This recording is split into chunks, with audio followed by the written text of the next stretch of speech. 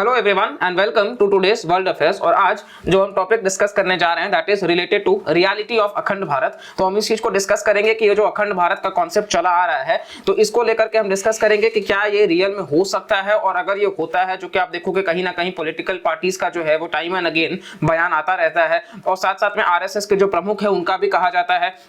तो क्या ये अखंड भारत हम ले सकते हैं, जो बेसिकली पाकिस्तान ऑक्यूपाइड कश्मीर है, चाइना ऑक्यूपाइड कश्मीर है, उसको हम लेकर के बात कर रहे हैं, या फिर हम अफगानिस्तान, पाकिस्तान, बांग्लादेश, नेपाल इन सबको लेने की बात कर रहे हैं, या उसके बियॉन्ड भी इंक्लूडिंग द इंडोनेशिया और बाकी चीजों को। तो यहाँ पे हम इस चीज को डिस्कस करेंगे। Let's start this video and this video is presented by me Rajat Dubey. तो यहाँ देखिए स्टार्ट तो ये होता है कि जो नया पार्लियामेंट बिल्डिंग का इनॉग्रेशन होता है तो उसी वक्त जो म्यूरल पेंटिंग होती है उस पेंटिंग में आप देखेंगे तो इस मैप को दिखाया जाता है, और जब भी इस मैप को दिखाया जाता है तो वहीं पर जो है वो नेपाल से और मतलब बाकी सारे कंट्रीज से जो नेबर्स हैं भारत के उनसे प्रतिक्रिया आना चालू हो जाता है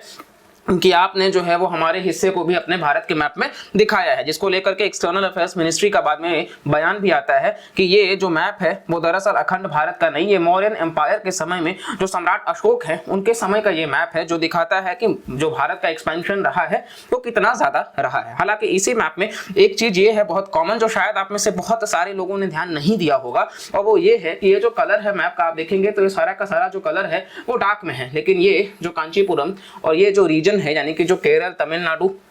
और ये वाला जो रीजन है ये लाइट में है, जस्ट बिकॉज। तो आप कहोगे कि क्या ये पार्ट नहीं है अखंड भारत का, और ऊपर का सारा जो है वो पार्ट है, तो इसको हम अखंड भारत का हिस्सा नहीं गिनेंगे, क्या हम इसको भारत का हिस्सा नहीं गिनते हैं? तो दरअसल ऐसा बात नहीं है, ये भारत का हिस्सा है, लेकिन ये दरअसल उस वक्त क्या था कि सम्राट अशोक के समय में ये नहीं था, क्योंकि ये पांड्या चोला डायनेस्टी जो है वो रूल करते थे, तो इसलिए सम्राट अशोक यहाँ तक नहीं आ पाए थे, इसीलिए इसको इंक्लूड नहीं किया गया है। ठीक है, तो इसी के साथ साथ में हम यहाँ पे इस चीज को आगे स्टार्ट करते हैं कि अब यहाँ पे लुम्बिनी आप देखोगे तो लुम्बिनी को भी मतलब दिखाया गया भारत का हिस्सा। भगवान बुद्ध का जो जन्म स्थल है वो लुम्बिनी में ही है,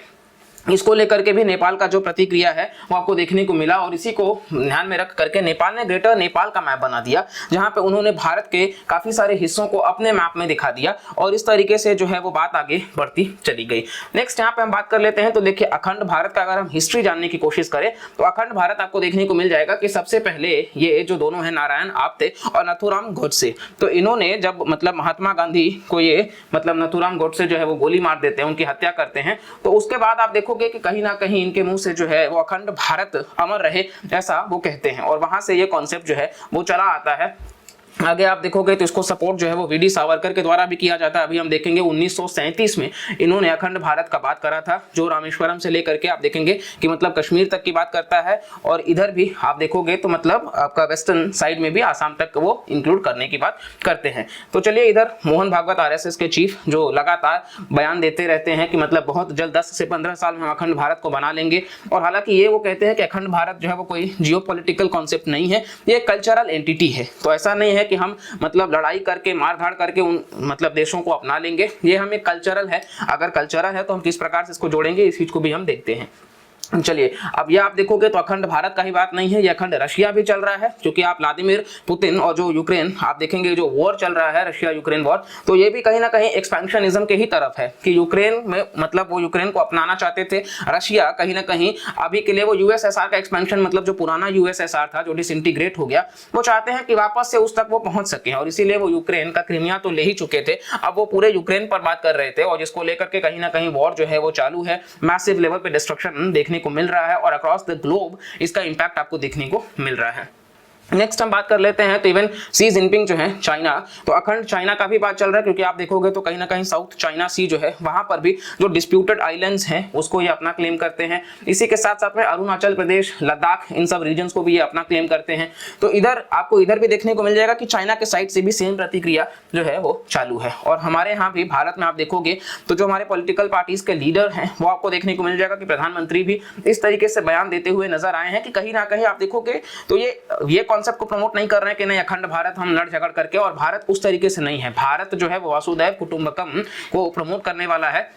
और साउथ लीडरशिप को भारत रिप्रेजेंट कर रहा है, जो कि अपने आप में बहुत बढ़िया बात है। और भारत का रिप्रेजेंटेशन आपको देखने को मिलेगा कि हम आसियान नेशंस के साथ बहुत बेहतर कर रहे हैं। सार्क में भी आपको देखने को मिलेगा कि पाकिस्तान की वजह से हम उस लेवल पे ग्रो नहीं कर रहे हैं। G20 का हम इस साल का आपको देखोगे तो मतलब हम समिट होस्ट कर रहे हैं। SCO में भी भारत ने इस साल का प्रेसिडेंट हो रहा है। ब्रिक्स में भी भारत बहुत बेहतर कर रहा है। तो इस तरीके से भारत का रोल तो बहुत बेहतर है। साथ साथ आप देखेंगे तो उत्तर प्रदेश के भी चीफ मिनिस्टर जो है योगी आदित्यनाथ जी, तो उन्होंने भी कई बार अपने बयानों में कहा है कि मतलब अखंड भारत होना चाहिए, एक भारत होना चाहिए, क्योंकि ये हमारे पूर्वजों का रहा है। तो वो चीजों को हम वापस से इकट्ठा कर सके जो 500-1000 साल पहले, हम इतिहास को तो नहीं बदल सकते हैं। और इस तरीके से बयान जो है वो दिए गए हैं पॉलिटिकल पार्टीज के समय में, इलेक्शंस के समय में स्पेशली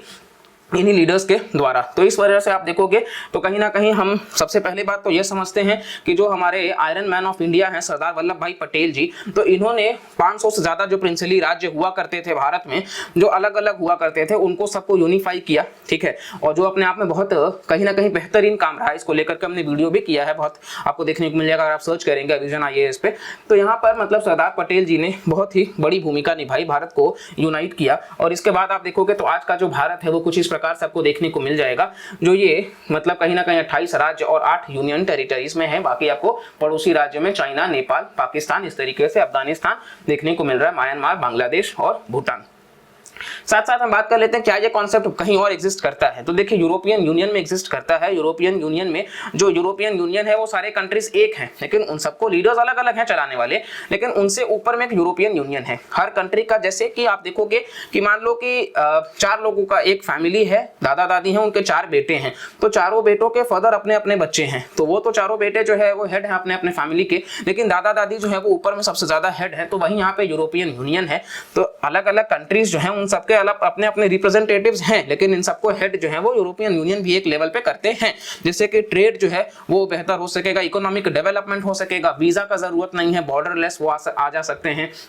तो ये बहुत सक्सेसफुली वो इस चीज को इंप्लीमेंट कर सके हैं। डिफेंस वगैरह एक दूसरे के लिए नहीं यूज करना पड़ता है, वो हेल्थ एजुकेशन में इस्तेमाल कर सकते हैं। जैसे भारत में ये चीजें नहीं है, हमें कहीं ना कहीं अपना डिफेंस बजट को बहुत ज्यादा रखना पड़ता है, क्योंकि हमारे जो पड़ोसी हैं वो पाकिस्तान और चाइना जैसे नेबर्स हैं। तो इस वजह से आपको देखने को मिल जाएगा। साथ साथ ये आपको देखने को मिलेगा कि भारत का ये आर्टिकल भी मतलब था कि broken dream of Akhand Bharat, जब यहाँ पे नेपाल वगैरह ने इस तरीके से प्रोटेस्ट किया, ठीक है। साथ साथ आप देखोगे तो कहीं ना कहीं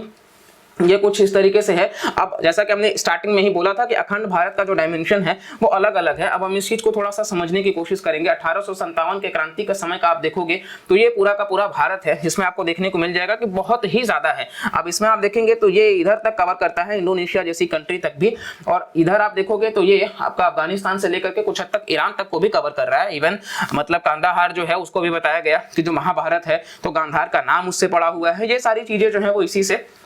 मतलब बताई जा रही हैं। चाणक्य ने भी एक बात कहा था कि मतलब जो स्ट्रेंथ होना चाहिए रिस्पेक्ट करने का, और मगध एम्पायर का एक्सपेंशन इन्होंने ही किया था, ठीक है, सम्राट अशोक का मदद करके, और फिर यूनाइट करने के लिए भारत को, ताकि वो ग्रीक से लड़ सके। और फिर इसके बाद आप देखोगे तो कहीं ना कहीं उन्होंने कहा था कि फिजिकल बाउंड्री जो है वो कहीं ना कहीं एस्पिरेशन है लोगों का पावर के लिए। और फिर कोई भी कंट्री जो है वो भारत का मतलब भारत ने कहीं ना कहीं यहाँ पे दिखाया जाता है कि किस तरीके से भारत को ब्रिटिशर्स ने अलग किया, क्योंकि भारत जब आप देखोगे तो कहीं ना कहीं 1857 के समय हमने आपको मैप में दिखाया कि कितना ज्यादा था, फिर वो अलग अलग तरीके से बढ़ता गया। और भारत का जो ये कॉन्सेप्ट था कि मतलब ठीक है लैंड के लिए कभी भी लड़ाई नहीं होगी, तो 1962 का जो वॉर है वो अपने आप में इस मिथ को तोड़ देता है, जब हम चाइना के साथ बॉर्डर लड़ते हैं, मतलब वॉर। इसी के साथ साथ में ब्रिटिशर्स जब स्टार्ट करते हैं तो आप देखोगे कहीं ना कहीं अखंड भारत जो है तो 1857 में पहला क्रांति होता है। और इसी के बाद में आप देखोगे तो उस वक्त अफगानिस्तान, भूटान, श्रीलंका, पाकिस्तान, म्यांमार और इसके साथ साथ बांग्लादेश और तिब्बत, ये सारा इसका पार्ट होता है। लेकिन उसके बाद में आप देखोगे कि सब अलग अलग निकलते जाते हैं, और आज का जो भारत है वो 1947 में इस प्रकार से आपको देखने को मिल जाएगा। नेक्स्ट अफगानिस्तान जो है वो अलग हो जाता है 1876 में, भूटान 1906 में, श्रीलंका 1935 में, पाकिस्तान 1947 में,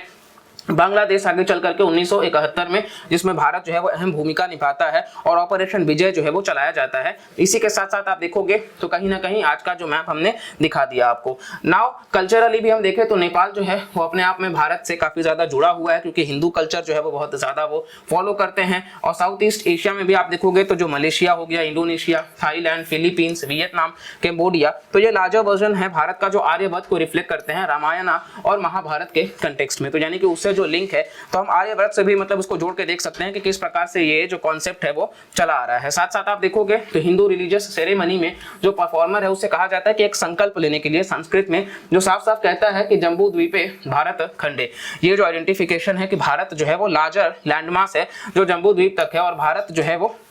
जम्बू द्वीप का मतलब ही है कि वो लार्जर एरिया को डिपिक्ट करता है आर्यव्रत के समय में, जो आप देख सकते हैं कि पीछे के बैकग्राउंड में। तो जैसा कि हमने बताया कि आज का जो अखंड भारत का है ये अपने आप में बता पाना कि हम किसको मतलब रिप्रेजेंट कर रहे हैं, सिर्फ पाकिस्तान ऑक्यूपाइड कश्मीर और चाइनीज ऑक्यूपाइड कश्मीर की बात कर रहे हैं, या फिर हम पाकिस्तान, बांग्लादेश और साथ साथ में अफगानिस्तान को लेने की बात कर रहे हैं, या पूरा का पूरा जो एक्सपेंशन की बात हो रही है। तो अभी तक ये भी कुछ क्लियर नहीं है, और जैसा कि हमने ऑलरेडी बताया कि अभी इसको जियोपॉलिटिकल कॉन्सेप्ट नहीं बताया जा रहा है, हम मार धाड़ करके लेने की कोई बात नहीं हो रही है। कल्चरली सिर्फ सारे नेशंस जो है वो एक साथ होकर के काम करेंगे, और ये अगर हो पाता है प्रैक्टिकली में तो बिल्कुल बहुत ही अच्छी बात होगी, क्योंकि सारे नेशंस जो हैं वो अपने अपने स्ट्रेंथ का इस्तेमाल करके पूरे साउथ एशिया का डेवलपमेंट में बहुत बेहतर काम करेंगे। लेकिन कहीं ना कहीं चैलेंजेस हमेशा होते हैं। एग्जांपल में आप देखेंगे तो वेस्ट जर्मनी बहुत प्रॉस्पेरस है, वहीं ईस्ट जर्मनी जो है वो उस लेवल पे नहीं था, लेकिन दोनों जो हैं वो आगे चल करके जुड़ जाते हैं और बर्लिन वॉल खत्म हो जाता है, और फिर फाइनली आप जर्मनी को आज आप देखोगे तो पूरी तरीके से एक है, यानी कि ये यूनिफिकेशन भी आपको देखने को मिला है। नेक्स्ट, आरएसएस जो है वो अखंड भारत को एक कल्चरल कॉन्सेप्ट बताता है, ना कि पॉलिटिकल वन, जो कि ऑलरेडी हमने इसको डिस्कस कर लिया है। साथ साथ में आरएसएस के जो चीफ हैं मोहन भागवत, उन्होंने कहा है कि अखंड भारत जो है उसको रियलिटी में बनाया जा सकता है इन अपकमिंग 10 to 15 ईयर्स, और आप ये आर्टिकल देखोगे तो ये 2022 का आर्टिकल है। तो इस वजह से कहीं ना कहीं ये मतलब जो आपको बातें हैं लगातार सुनने को मिल जाएंगी। और पाकिस्तान का भी जो हालत है, चौथी बार उन्होंने मतलब आईएमएफ में वो 4th लार्जेस्ट शेयर होल्डर हो चुके हैं, तो पाकिस्तान का भी जो हालत है कि कहीं ना कहीं उनको अपने गोल्डन जो भी एसेट्स हैं सो कॉल्ड इस्लामाबाद तक को भी मतलब उनको अब गिरवी रखना पड़ जा रहा है कि उसका जो पोर्ट है उसका इस्तेमाल किया जा सके। तो इस प्रकार से ये डिमांड भी बढ़ता जाता है कि पाकिस्तान जो है वो तो डिसइंटीग्रेट हो जाएगा। तो इस तरीके से ये चीजें आपको और ज्यादा न्यूज में देखने को मिल जाएंगी। और अखंड भारत आप देखोगे तो वीडी सावरकर जो है उन्होंने एक्सप्लेन किया था 19वें एनुअल सेशन में जो हिंदू महासभा का हो रहा था अहमदाबाद में 1937 में, और उस वक्त उन्होंने बताया था कि अखंड भारत जो है वो बेसिकली कश्मीर से रामेश्वरम तक और सिंध जो आज का पाकिस्तान है वहां से आसाम तक की बात वो करते आए हैं। और इसी के साथ साथ आपको देखने को मिल जाएगा कि इसी चीज की यहाँ पे बात करी जाती है। हालांकि सबसे ज्यादा इंपॉर्टेंट ये है कि अखंड भारत का तो कॉन्सेप्ट को हम इतना ज्यादा ये नहीं कह सकते हैं, लेकिन ये जरूरी है कि दुनिया जो है वो ग्लोबल पीस को मेंटेन करे, क्योंकि कहीं ना कहीं सबसे ज्यादा जरूरी ये है कि भारत अपने आप में जो फास्टेस्ट ग्रोइंग इकोनॉमी है इसको मेंटेन करके चल सके, और हम अपने लीडर्स को इस लेवल पे रखें कि हमारा जो मतलब पार्टनर है, जैसे कि आप कह सकते हो यूएसए के साथ में, बाकी नेशंस के साथ में, कि हम चाइना को कम्पीट कर सके और हम अगेन अपने हर सेक्टर में बहुत बेहतर काम कर सके, अपने हेल्थ सेक्टर में, अपने एजुकेशन सेक्टर में और अपने बाकी पैरामीटर्स पे, कि पूरे देश का जो है वो होलिस्टिक हम डेवलपमेंट कर सके। ऑलरेडी 75 साल में भारत ने मैसिव लेवल पे डेवलपमेंट दिखाया है, क्योंकि 200 से ज़्यादा सालों तक अंग्रेजों ने जो हुकूमत किया था उस पर हमने बहुत बेहतर काम किया और आगे भी बहुत बेहतर काम करते जाना है। जो बचा कुचा है उसको भी हमें और बेहतर बनाना है। बस हाँ, ये है कि जो भी कॉन्सेप्ट आपको मतलब था न्यूज़ में वो चीज़ हमको दिखाने की कोशिश की आपको इस वीडियो से। बाकी अगेन ये पार्टीज की वजह से बार बार आपको देखने को मिल जाएगा, तो ये पॉसिबल है नहीं है ये आपने इस वीडियो से समझ लिया होगा।